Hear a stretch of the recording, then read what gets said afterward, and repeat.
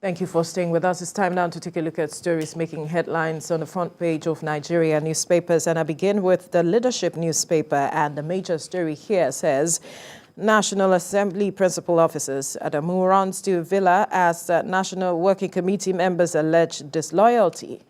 National principal officers at Adamu runs to Villa as National Working Committee members allege disloyalty. You'll find all the details on the front page of the Leadership newspaper.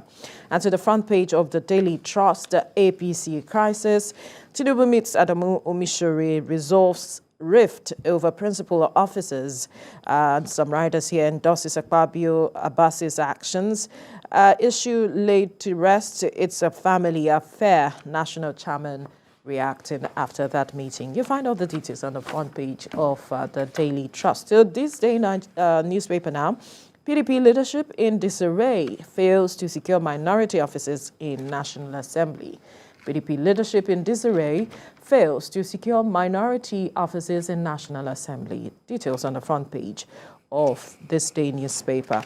And to the first newspaper now, Misoma reps weighed in a direct jam to halt punitive action, set about her committee to probe the matter.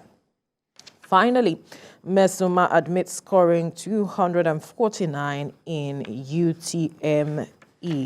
All right, so we recall this story and that the reps have come out to say that they are going to look into the matter. JAMB had suspended her for 3 years and withdrawn her results, but the reps are wading in now. Let's quickly move on now to the front page of the blueprints. Flooding, NEMA Senate raised the alarm. 178 local governments, 32 states at risk.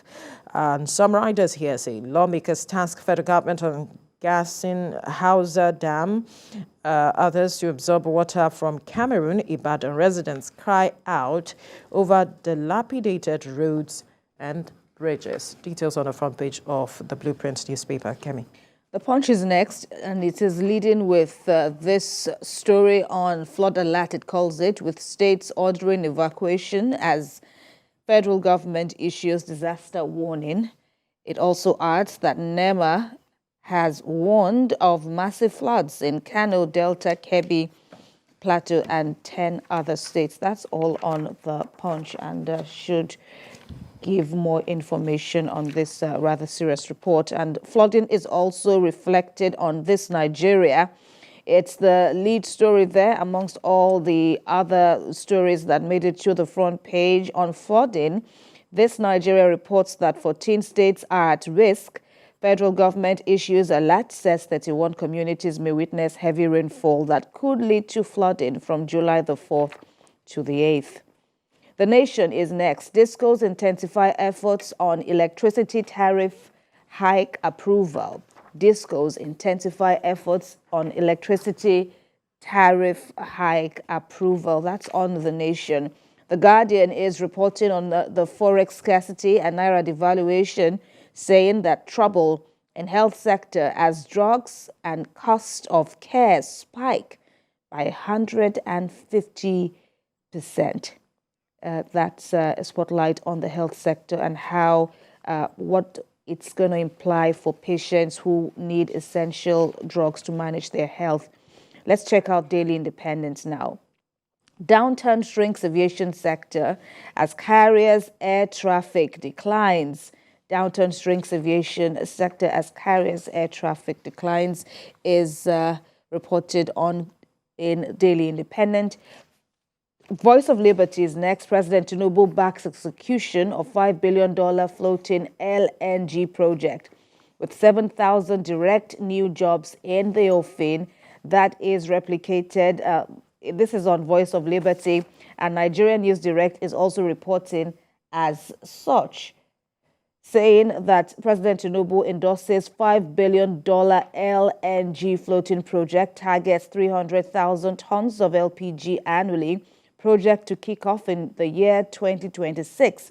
Estimated 7,000 direct jobs are expected. Nigerian News Direct reporting there. And finally is Business Day. Business Day says first negative FDI in 33 years piles pressure on President Tinubu. All right.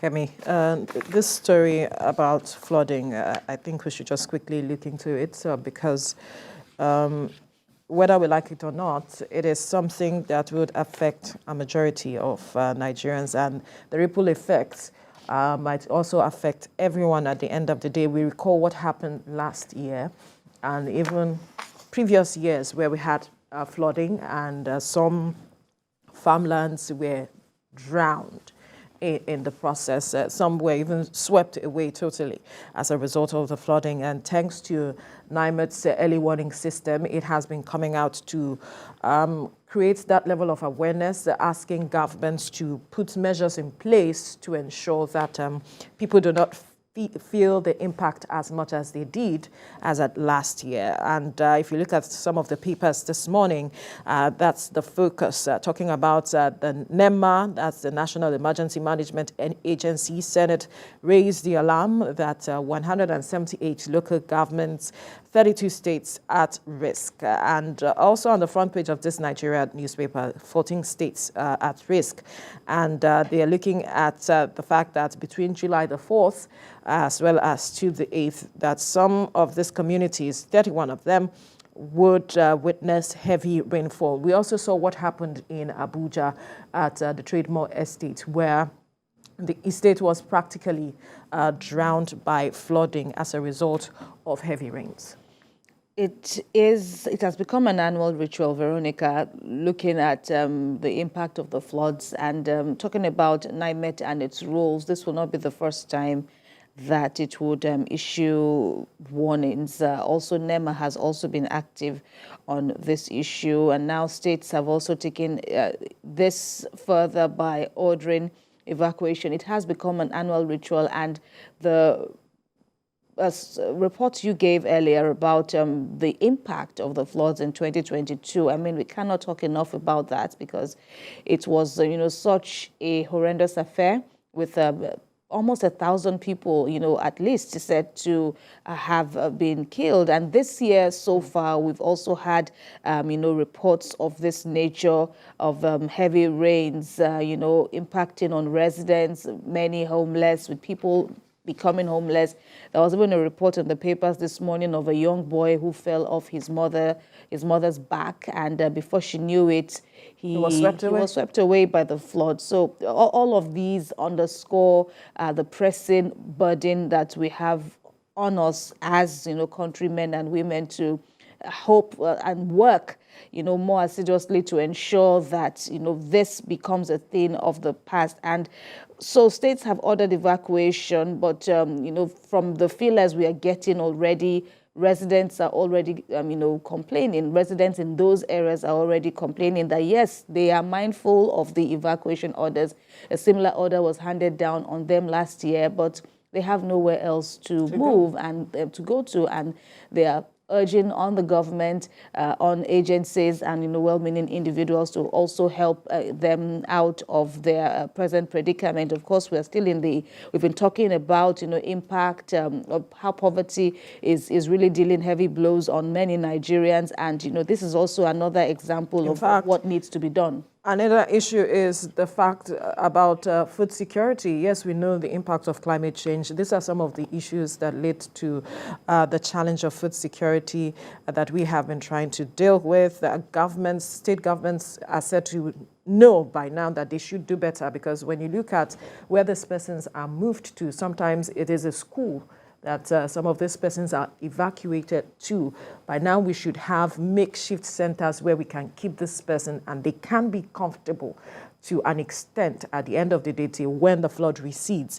Those are the improvements that Nigerians are looking forward to, that state governments would take up as a responsibility, their responsibility to their people.